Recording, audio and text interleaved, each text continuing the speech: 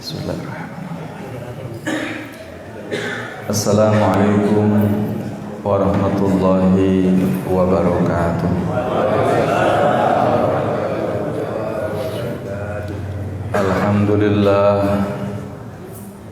Alhamdulillahilladzi anzala sakinata fi qulubil mu'minin liyazdadu imanan ma'a imanihim.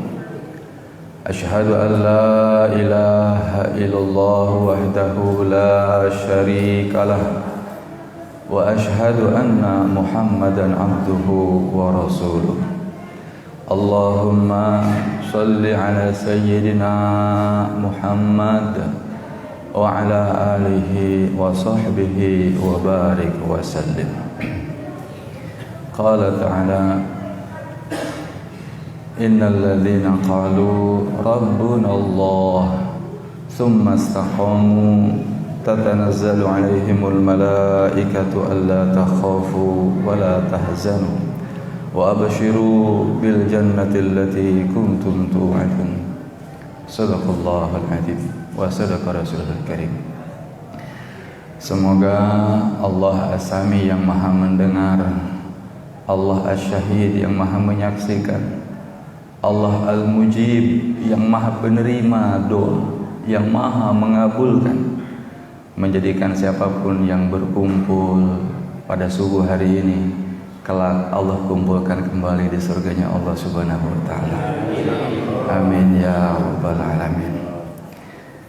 Salawat serta salam semoga senantiasa tercurah untuk baginda yang mulia Nabi kita Rasulullah Muhammad sallallahu alaihi wasallam. Bahagia rasanya saya bisa silaturahim dengan bapak-bapak dan ibu-ibu di masjid ini, Masya Allah. Dari depan wajahnya wajah yang penuh ketenangan, wajah yang penuh dengan kegembiraan, karena kita sudah mau hampir separuh perjalanan di bulan yang agung, bulan yang penuh barokah, bulan yang penuh rahmat Allah, bulan yang penuh ampunan Allah Subhanahu wa taala. Beda kalau orang punya banyak masalah, merasa bersalah, wajahnya itu tidak enak dilihat. Kalau orang merasa punya banyak kesalahan, nampak di wajah.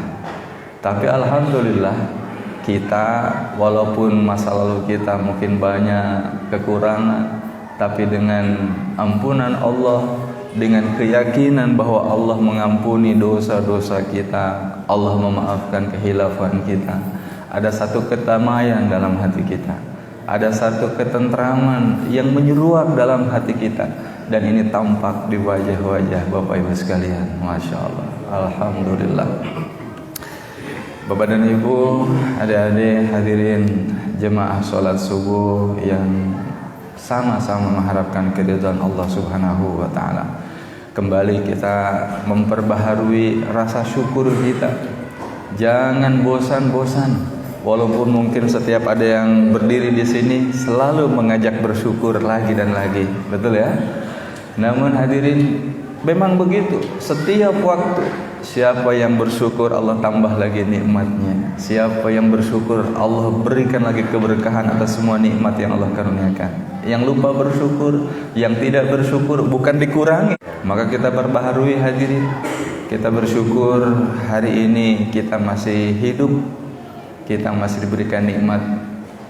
Allah masih alirkan darah dalam tubuh kita. Jantung kita berdegup didegupkan Allah. Mata kita bisa melihat, Allah berikan penglihatannya. Bukan mata ini yang membuat kita melihat hadirin. Karena sesungguhnya banyak teman-teman saya di Developer ada matanya sama seperti kita, Pak. Persis, ada putihnya, ada hitamnya, tapi tidak mampu melihat. Ini bukti, bukan mata yang membuat kita bisa melihat, tapi Allah yang memberikan penglihatan kepada kita. Saudara kita banyak yang tunarungu, padahal bentuk telinganya sama. Ada bentuk seperti ini, ada gendangnya, sama persis hadirin. Tapi kenapa tidak bisa mendengar? Ini bukti, bukan telinga yang membuat kita bisa mendengar, tapi Allah As-Sami yang maha mendengar, memberikan nikmat pendengaran kepada kita. Alhamdulillah. Allah memberikan kita kehidupan, kita syukuri hadirin. Tahun yang lalu mungkin masih ada saudara kita berjamaah di masjid ini, Masya Allah. Bisa jadi orang tua kita, bisa jadi saudara kita, bisa jadi tetangga kita. Tapi Ramadan saat ini sudah dipindahkan oleh Allah ke alam yang kekal abadi, itulah akhirat. Sudah berada di alam barzahnya, dan kita nunggu giliran. Entah sampai kapan, entah berapa Ramadan lagi kita akan temui, tapi kita berdoa semoga Allah panjangkan umur kita dalam ketaatan. Amin ya rabbal alamin. Kesyukuran berikutnya hadirin, setelah diberikan nikmat usia, betul-betul kita syukuri supaya Allah tambah nikmat umurnya dalam keberkahan. Kesyukuran berikutnya, Allah berikan kita nikmat kesehatan, Masya Allah. Hadirin, mahal sekali ini nikmat sehat. Saya punya teman Pak, tahun lalu bergerak ke luar negeri sama-sama berangkat dakwah, pulang, wah, karena orang Sunda bilang mamayu. Mamayu itu apa ya? Jadi yang tadinya tidak mendapati makanan khas daerah, pas pulang, wah, kayak orang habis sakit, sehat, nah makan enak begitu. Akhirnya tidak dijaga makanannya. Dan beberapa bulan kemudian ternyata sakit. Pas di rongsen ada usus buntu, Masya Allah, harus diangkat, harus dipotong. Maka akhirnya apa yang terjadi Pak? Masuk rumah sakit. Setelah masuk rumah sakit, tidak selesai dengan obat, harus dibelek perutnya, Masya Allah. Dia cerita sendiri, waduh Kang, sakit sekali. Mungkin bapak-bapak kita semua belum pernah disesar, tapi kalau ibu-ibu mungkin pernah merasakannya. Kalau yang pernah disesar Pak, dibelek perutnya, merasakan kesakitan yang luar biasa. Setelah dibelek sakit, kemudian diopname lama, uang yang sudah dikumpul, ditabung dengan kerja yang luar biasa siang dan malam itu ternyata dikorbankan hadirin, dibayarkan untuk membayar rumah sakit.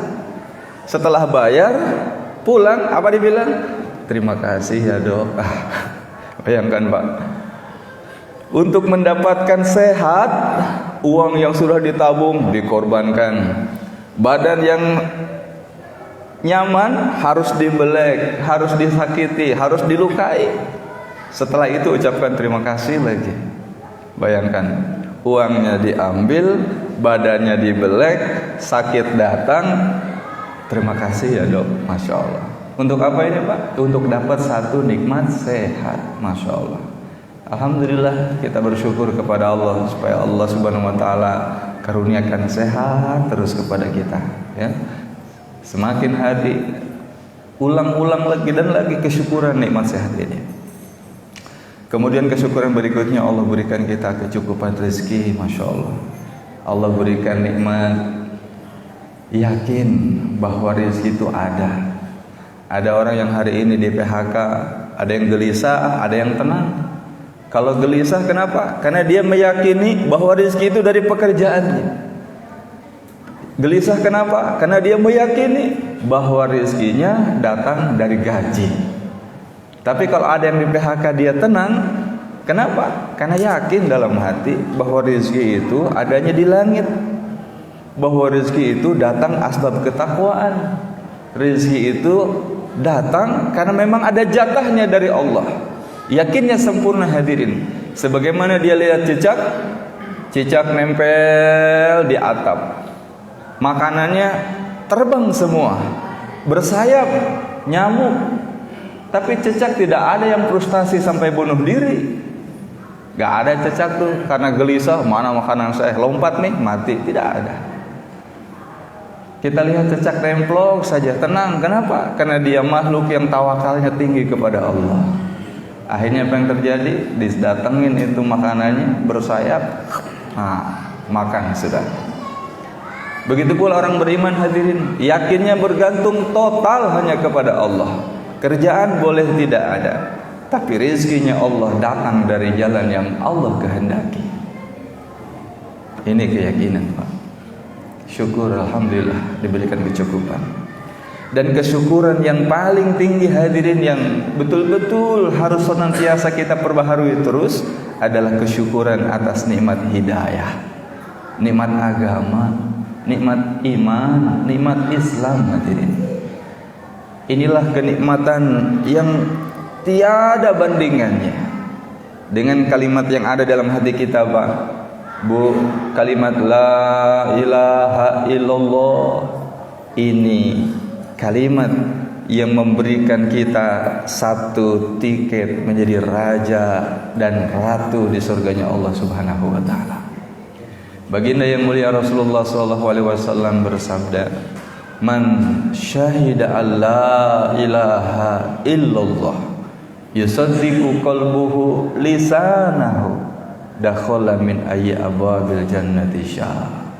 Barang siapa bersaksi tidak ada Tuhan yang berhak disembah selain Allah, kemudian hatinya membenarkan apa yang diucapkan dengan lisannya, maka dia akan masuk surga dari pintu mana saja yang ia kehendaki. Masya Allah. Jadi Bapak, Ibu, berbahagialah, berbangga hatilah bahwa dengan nikmat agama Islam, bapak-bapak mungkin sekarang tampilannya biasa-biasa, namun sadarilah bapak adalah calon raja di surganya Allah. Ibu calon ratu-ratunya bidadari di surganya Allah. Masya Allah. Alhamdulillah. Inna dina indallahil Islam. Sesungguhnya agama yang diridai Allah hanyalah Islam. Wa may yabtaghi ghairal islami dinan fala yuqbala minhu wa huwa fil akhirati minal khasirin.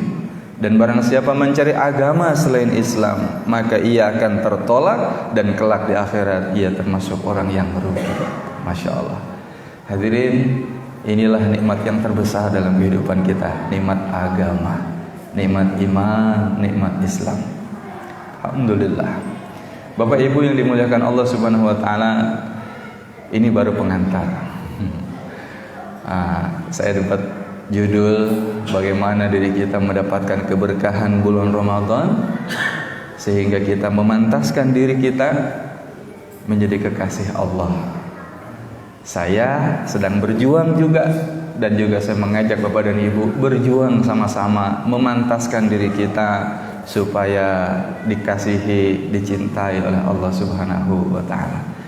Namun sebelum saya lanjutkan, saya ingin mengajak kepada Ibu, niatkan itikaf sampai nanti menjelang syuruk matahari terbit, ya. Jadi Nabi SAW menyampaikan kabar gembira untuk kita. Siapa yang sholat subuh berjamaah, kemudian dia duduk di tempatnya setelah subuh berjamaah seperti ini, kemudian duduk di tempat ini untuk apa? Mengingat Allah Subhanahu wa taala. Bisa jadi duduk bermajlis seperti ini, kemudian bisa berzikir, bisa membaca Al-Quran, ya Pak ya. Nah, sampai menjelang terbit matahari. Matahari terbit namanya waktu syuruk. Maka kata Nabi, lalu dia sholat sunnah 2 rakaat. Maka baginya mendapatkan pahala haji dan umroh sempurna. Masya Allah. Jadi niatkan dalam hati kita hadirin, setiap hari dapatkan keutamaan ini, kemuliaan ini. Salat isyraq 2 rakaat. Waktunya kapan? Waktu syuruk, waktu terbit matahari. Kalau dihitung menit, kurang lebih 90 menit setelah azan dikumandangkan. Kalau tadi azan pukul 4:45 menit, maka insya Allah nanti waktu isyraq kita jam 6:15 menit. Jadi niatkan hadirin, setiap hari dapatkan pahala haji dan umroh yang sempurna. Hari ini untuk berangkat haji banyak persyaratannya, mahal lagi biayanya. Tapi dengan keberkahan Nabi yang terbaik, kita menjadi umat yang terbaik, amal yang mudah, yang sederhana, mendapatkan pahala yang begitu besar. Apa pahala haji yang sempurna?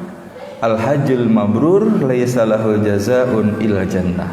Haji yang mabrur tidak ada balasan baginya kecuali surga. Masya Allah. Apa pahalanya umroh? Al umratu ilal umrati kafaratu lima bainahuma. Umroh yang satu ke umroh yang berikutnya menjadi kafarah, menjadi penggugur dosa di antara keduanya. Masya Allah. Makanya banyak saudara kita yang ingin berangkat haji dan umroh tiap tahun, bahkan bisa jadi termasuk kita. Nah, sekarang 2 tahun 3 tahun terakhir ini sulit berangkat, maka dapatkan keutamaannya dengan sholat isyraq. Bersedia insyaallah ya. Bapak dan Ibu yang dimuliakan Allah Subhanahu wa taala, setiap kita ingin jalan hidup kita ini mudah, lancar, ringan, ditolong Allah, betul tidak? Selama ini hidup kita ini seringkali terancam, Pak. Banyak orang yang terancam dengan apa? Terancam dengan orang yang zalim kepada kita, terancam dengan orang yang membenci kita, terancam oleh orang yang dengki kepada kita, bisa jadi terancam oleh orang lain, bahkan mungkin ada yang terancam dengan tetangga. Semoga di sini tidak ada ya. Bapak Ibu yang dimuliakan Allah, sesungguhnya ancaman demi ancaman dari luar itu tidak membahayakan diri kita. Ancaman yang nyata, yang betul-betul harus kita waspadai adalah bersumber dari dosa-dosa kita yang akan mendatangkan kemadaratan dalam hidup kita, yang akan mendatangkan kepedihan kepada kita, bahkan akan menghinakan diri kita. Hadirin, itu sumber utamanya adalah zalamtu nafsi, kezaliman diri kita sendiri. Bapak Ibu hadirin yang mulia, dosa kita Bapak Ibu tidak ada yang bahaya dari orang lain. Yang bahaya itu kalau kita berbuat maksiat, kalau kita berbuat dosa. Inilah sumber malapetaka sesungguhnya yang harus kita waspadai, Pak. Inilah ancaman terbesar dalam kehidupan kita, kezaliman diri kita sendiri. In ahsantum ahsantum li anfusikum wa in asatum falaha. Siapa yang berbuat kebaikan, kebaikan itu kembali kepada diri kita. Siapa yang berbuat keburukan, keburukan itu pun kembali kepada diri kita. Pak, Bu, kalau kita berbuat keburukan, kalau kita buat maksiat, kalau kita buat kezaliman, maka bayangkan kita seperti sedang menebar ranjau di hadapan kita. Kita tebar paku, tebar pecahan kaca, bayonet, bambu runcing, bom molotov, yang kemudian akan kita injak di kemudian hari dengan tepat. Hadirin, tidak ada yang meleset, Bapak Ibu yang mulia, tidak ada yang meleset. Itulah buah kezaliman masa lalu kita yang akan kita dapati di kemudian hari.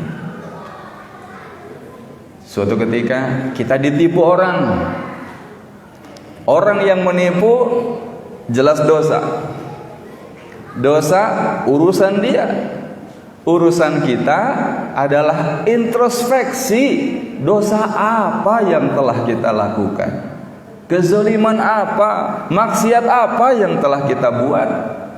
Maka tatkala kesusahan itu datang, kepahitan itu datang kepada kita, maka segera hadirin, segera introspeksi diri, istighfar, mohon ampun kepada Allah. Diingat keburukan apa yang telah saya lakukan. Bapak-bapak, ibu-ibu, mungkin sering ya kita mendengar laporan, informasi orang yang berangkat haji di sana tuh cash. Ada orang yang tidak bisa bicara, ada orang yang kehilangan barang-barangnya, gitu kan? Akhirnya ketika sudah istighfar, merenung, dulu di tanah air mulut saya sering melukai perasaan orang. Istighfar, nangis, mohon ampun, sholat taubat. Akhirnya Allah kembalikan lagi pembicaraannya.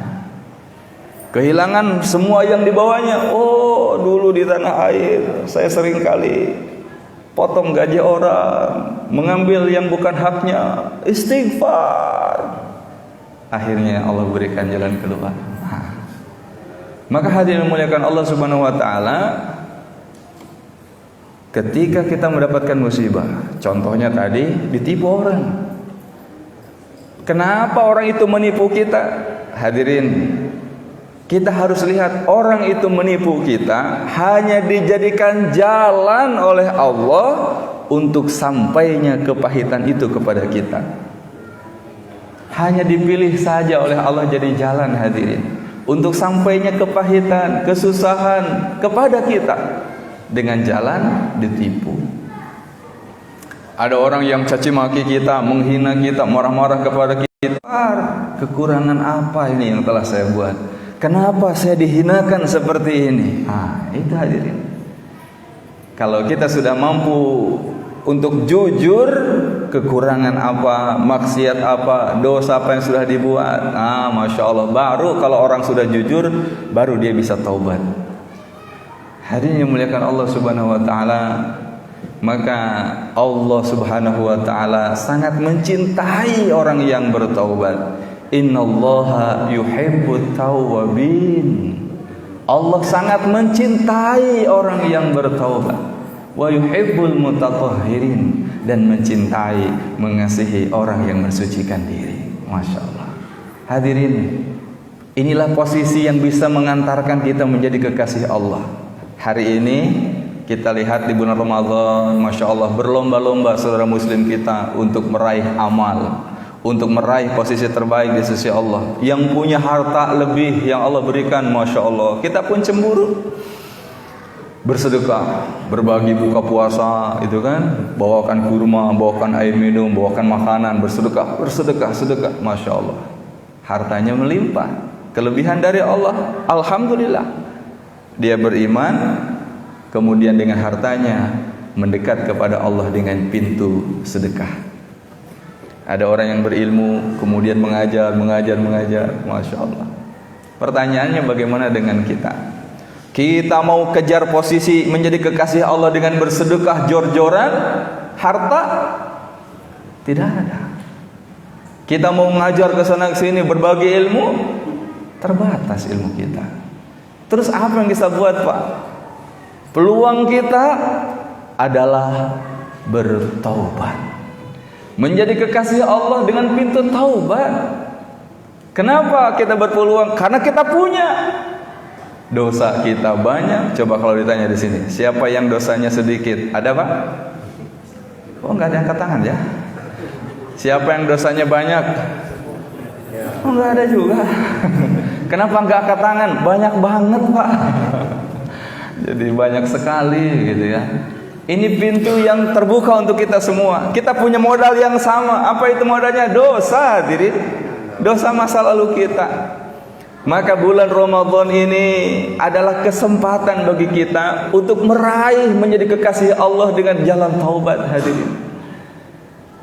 Pantaskan diri kita menjadi kekasih Allah. Allah ini Al-Qudus yang maha suci. Maka Allah mencintai kesucian. Allah Al-Latif yang maha lembut, maka mencintai kelembutan. Allah Al-Badi yang maha indah, maka Allah mencintai keindahan.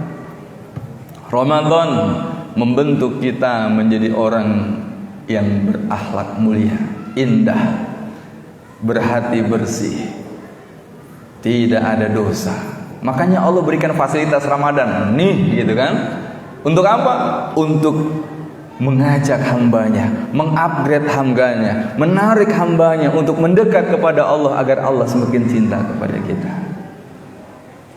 Kita seringkali mendengar nasihat dari para alim ulama, Ramadan dengan puasanya menjadikan kita kelak menjadi orang yang takwa, yang senantiasa terjaga ketaatannya, ya, terhindar dari kemaksiatan masa lalu kita. Hadirin yang dimuliakan Allah Subhanahu wa Ta'ala, maka dengan Ramadan ini kita mendapatkan kesempatan yang sama. Man shoma Ramadana imanan wa ihtisaban ghufir lahu ma taqaddama min dambi. Barang siapa berpuasa di bulan Ramadan dengan iman, dengan ihtisab, dengan hanya berharap mendapat keridhaan Allah, dengan berharap hanya pahala dari Allah, maka Allah akan ampuni dosa-dosa kita di masa yang lalu. Man qama ramadhana imanan wa ihtisaban ghufira lahu ma taqaddama min dzambi. Dan barang siapa mendirikan salat di malam-malam bulan Ramadan dengan iman dan berharap keridhaan Allah, maka Allah akan mengampuni dosa-dosa kita di masa yang lalu. Hadirin yang dimuliakan Allah, inilah fasilitas terbaik untuk kita selama 12 bulan ini. Maka jagalah puasa kita dengan kualitas terbaik. Dirikanlah malam kita dengan solat-solat malam, tarawihnya, tahajudnya, solat taubatnya, tasbihnya. Hidupkan amal malam bulan Ramadan. Maka niscaya Allah ampuni dosa-dosa masa lalu kita. Hadirin, inilah kesempatan kita merubah nasib kita. Karena kalau dosa masa lalu kita belum diampuni oleh Allah, kalau dosa masa lalu kita belum kita taubati kepada Allah dengan sungguh-sungguh, maka dosa itu akan menjadi jalan datangnya keburukan, kepahitan, kenistaan, kehinaan, kesusahan dalam hidup kita di masa akan datang. Tapi kalau Allah sudah ampuni, Allah sudah maafkan, maka keburukan demi keburukan yang tadi ada di depan kita, insya Allah Allah akan ganti dengan kebaikan. Inilah hadiah yang muliakan Allah Subhanahu wa taala. Pantaskan diri kita untuk menjadi kekasih Allah dengan semakin mendekat kepada Allah Subhanahu wa taala. Orang yang bertaubat, hadirin, ini akan membuat terjaga hatinya. Orang yang jujur bertaubat kepada Allah membuat hatinya pun semakin terang, membuat hatinya semakin dekat dengan Allah Subhanahu wa taala. Apa yang dilihatnya, apa yang didengarnya, apa yang difikirnya, dia akan tersaring, hadirin yang mulia. Maka Ramadan ini, hadirin, betul-betul kita maksimalkan untuk mendekat kepada Allah, untuk bertaubat kepada Allah Subhanahu wa taala. Bapak Ibu yang dimuliakan Allah Subhanahu wa taala, kalau Allah sudah turun tangan atas semua masalah kita, masalah menjadi mudah. Betul tidak? Betul, Bu? Allah. Hadirin, ternyata masalah hidup kita ini berat ringannya bukan terletak pada masalahnya. Musibah, masalah, kesusahan, persoalan apapun dalam kehidupan kita, berat dan ringannya bukan terletak pada masalahnya. Garis bawah ini. Lalu terletak pada apa? Terletak pada ditolong Allah atau tidak. Ini dia. Kalau kita punya masalah, lalu kemudian Allah tolong, ringan itu masalah. Tapi kalau kita punya masalah, walaupun kecil masalahnya, walaupun sederhana masalahnya, tapi kalau tidak ditolong Allah, maka menjadi berat sekali dalam kehidupan kita. Maka hadirin yang dimuliakan Allah Subhanahu wa taala, momentum Ramadan ini betul-betul kita manfaatkan untuk semakin mendekat kepada Allah Subhanahu wa taala, agar perjalanan hidup kita disertai Allah Azza wa Jalla. Syaratnya awali dengan taubat yang sungguh-sungguh. Caranya bagaimana? Pertama, hadirin, taubat caranya yang pertama adalah berani jujur. Jujur apa? Jujur terhadap diri kita sendiri. Jujur mengakui kesalahan kita. Ketika ditipu, misalkan tadi contohnya ya, supaya nyambung. Jujur, apa yang telah saya buat? Oh, selama ini saya berputar dengan harta haram. Selama ini seringkali akrab dengan riba. Jujur mengakui kekurangan, kesalahan, padahal tahu bahwa itu haram, kita masih lakukan. Oh, bisa jadi itu dosa saya, ampun ya Allah. Jujur. Setelah jujur, kita menyesal. Kalau bisa sampai meneteskan air mata penyesalan, ampun ya Allah, sampai perih dalam hati. Ini taubat, Pak. Perih, penyesalan, ya Allah, ampun ya Allah, mulai saat ini saya akan bersihkan semua hartaku. Masya Allah. Kemudian setelah kita jujur mengakui kesalahan, lalu kemudian kita menyesalinya, Lalu yang ketiga, kita senantiasa berniat tidak mengulanginya lagi.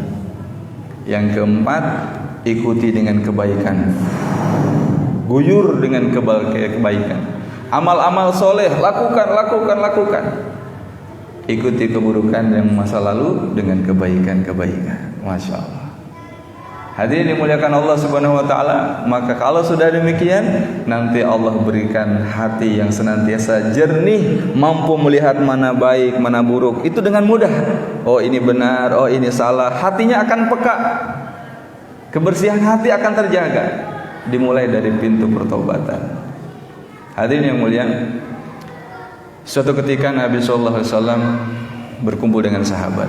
Beliau bilang begini, Pak, Bu, wahai sahabatku, sebentar lagi akan masuk seorang ahli surga. Sahabat yang lain menunggu-nunggu. Sampai 3 kali Nabi sabdakan, sebentar lagi akan masuk seorang ahli surga. Sebentar lagi akan datang seorang ahli surga. Sahabat nunggu penasaran, siapa yang dimaksudkan Nabi. Baku lihat, Pak, siapa kira-kira ya? Masya Allah. Dalam kisah tersebut kemudian masuklah seorang laki-laki bawa terompa dengan janggut basah air wudhu, duduk di majelis Nabi SAW dan sahabat. Setelah majelis selesai, Nabi pergi. Satu orang sahabat bernama Abdullah ibn Abbas, sahabat Abdullah bin siapa namanya, saya lupa. Masya Allah. Ya, seorang sahabat itu bertanya kepada orang tadi, wahai sahabatku, saya mohon izin, di rumah sedang ada masalah dengan keluarga. Saya mau menginap di rumahmu. Bolehkah saya menginap di rumahmu? Boleh, kata sahabat. Akhirnya menginap, Pak. Abdullah ibnu Amr ibnu As menginaplah di rumah sahabat itu. Dengan satu misi sesungguhnya, dia mau lihat amal apa yang menjadi sebab dia disebut oleh Nabi seorang penghuni surga. Akhirnya siang malam diperhatikan. Pas malam tidur, ini sahabat lihat tidur biasa-biasa saja. Amalnya sama seperti sahabat yang lain, bangun malam sama seperti yang lain, standar hadirin. Yang dia lihat mungkin saat itu pas bergilir badannya bertasbih, subhanallah. Bergilir lagi, subhanallah. Bertasbih muji Allah. Baru itu yang didapat hadirin. Maka setelah 3 hari berlalu, sahabat itu pun berpamitan, wahai sahabatku, saya izin, saya mau kembali ke rumah. Namun sesungguhnya jujur, saya tidak ada masalah di rumah. Saya hanya penasaran, amal apa sesungguhnya yang engkau rahasiakan sehingga Nabi mengatakan engkau menjadi salah seorang penghuni surga. Maka sahabat tadi menjawab, wahai saudaraku, ketahuilah, saya beginilah adanya seperti engkau lihat. Tapi ada satu yang tidak engkau ketahui. Di dalam hati saya tidak ada kebencian terhadap karunia Allah yang diberikan kepada orang lain. Lihat, Pak, beliau katakan, di dalam hati saya tidak ada kebencian terhadap karunia Allah yang Allah berikan kepada orang lain. Artinya apa? Hatinya bersih dari dengki, hatinya bersih dari iri. Orang lain dapat nikmat, dia tetap gembira, bahagia melihat kenikmatan saudaranya.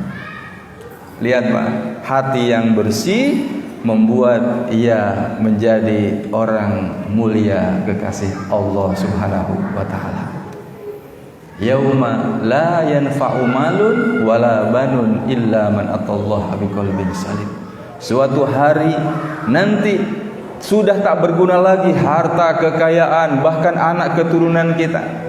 Hanya orang-orang yang membawa hati yang bersihlah yang akan berjumpa dengan Allah Subhanahu wa taala. Sebagai penutup, Nabi SAW menyampaikan satu pesan dalam hadisnya.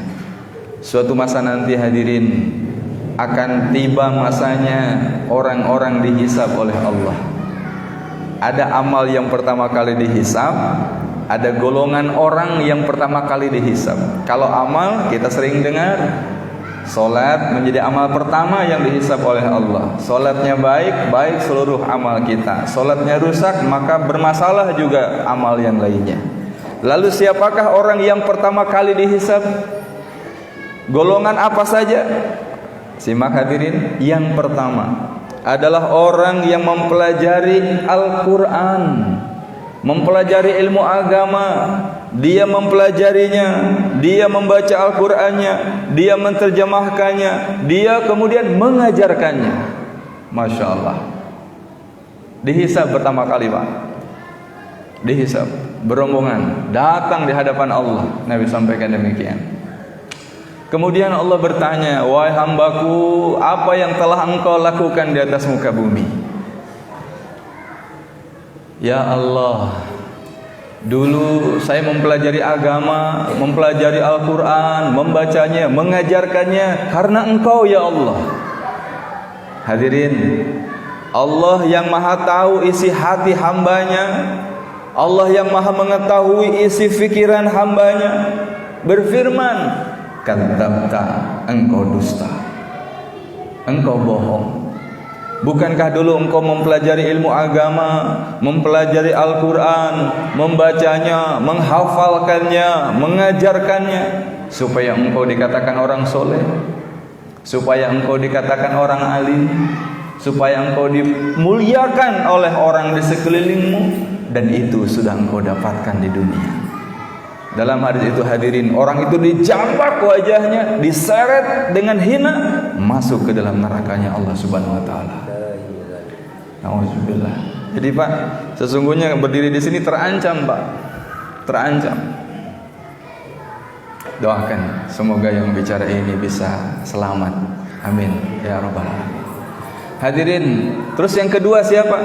Kata Nabi, yang kedua adalah golongan orang yang berjuang, kemudian gugur di medan juang, mati syahid. Lalu kemudian dihadapkan di hadapan Allah, ditunjukkan semua kenikmatan-kenikmatan di dunia, keharuman namanya yang menyerbak di dunia. Lalu ditanya, wahai hambaku, apa yang telah engkau buat di atas muka bumiku? Ya Allah, dulu saya berjuang membela agama karena engkau ya Allah, sampai gugur tumpah darahku karena engkau ya Rabb.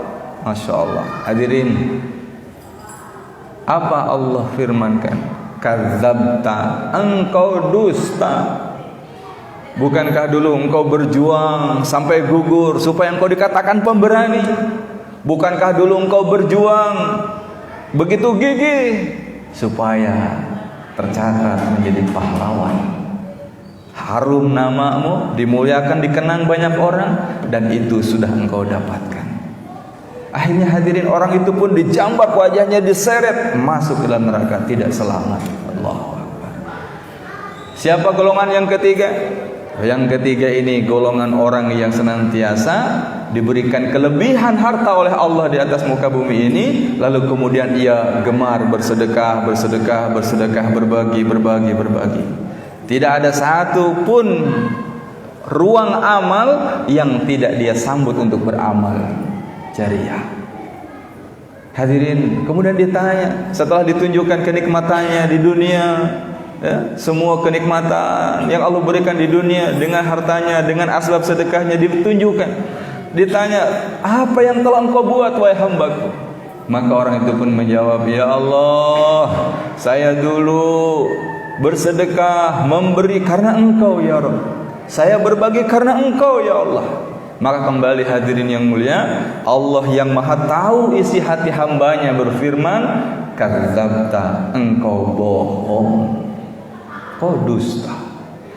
Bukankah dulu engkau bersedekah supaya engkau dilihat oleh banyak orang, supaya dikatakan dermawan, supaya namamu dihormati, supaya ucapanmu didengar orang, supaya engkau diikuti, supaya engkau dihargai, dan itu sudah engkau dapatkan.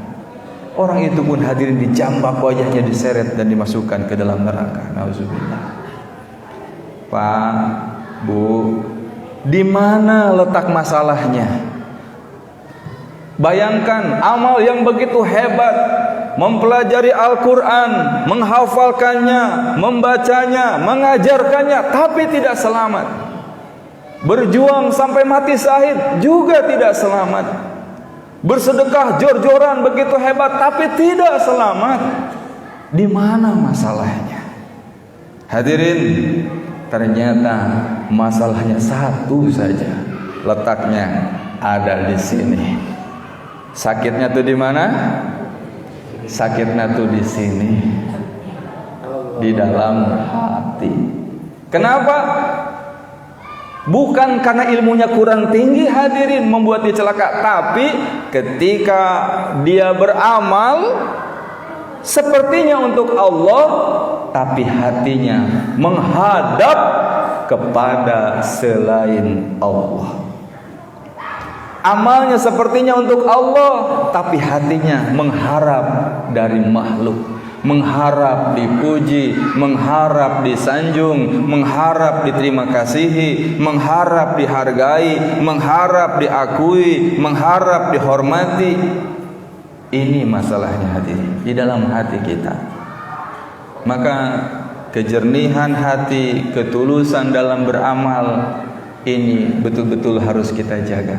Maka semoga bulan Ramadan ini, bulan suci nan agung ini, menjadikan kita semuanya meraih satu derajat mulia dari Allah, memiliki hati yang bersih. Yauma la yanfa'u malun wala banun illa man atallaha biqalbin salim. Suatu hari nanti tak akan berguna harta, benda, anak keturunan kita kecuali yang menghadap kepada Allah dengan membawa hati yang selamat. Dapatkanlah hati ini hadirin dengan diawali pintu taubat dengan sungguh-sungguh, lalu kemudian kita senantiasa jernihkan hati kita dengan amal demi amal di bulan suci yang penuh berkah ini. Semoga Allah berikan kita hidayah, taufik untuk bisa meraihnya bersama-sama. Amin ya rabbal alamin. Mari kita sejenak angkat tangan kita doa bersama-sama. Allahumma salli ala Sayyidina Muhammad wa ala ali Sayyidina Muhammad wa barik sallim ajma'in. Amin ya rabbal alamin. Hamdan na'imin, hamdan syakirin, hamdan yu'afi ni'amahu wa yukafi mazidah. Ya Rabb, ya Rabb, ya Rabbana lakal hamdu kama yanbaghi li jalali wajhikal karim wa azimi sultanik. Allahumma salli ala Sayyidina Muhammad wa ala ali Sayyidina Muhammad. Allahumma ya Allah, ya awwalal awwalin, ya akhirul akhirin, ya zal quwwatil matin. Duhai Allah, Engkau yang maha awal dan tidak ada yang mengawali. Duhai Allah, Engkau yang maha akhir dan tiada yang mengakhiri.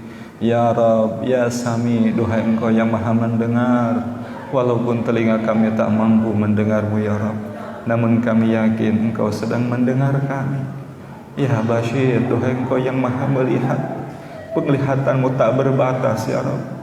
Engkaulah yang maha tahu siapa diri kami yang sebenar-benarnya. Duhai Allah, ya Qarib, Engkau yang maha dekat. Di rumah-Mu ini kami bersimpuh di hadapan-Mu. Kami tengadahkan kedua belah tangan kami ya Rabb.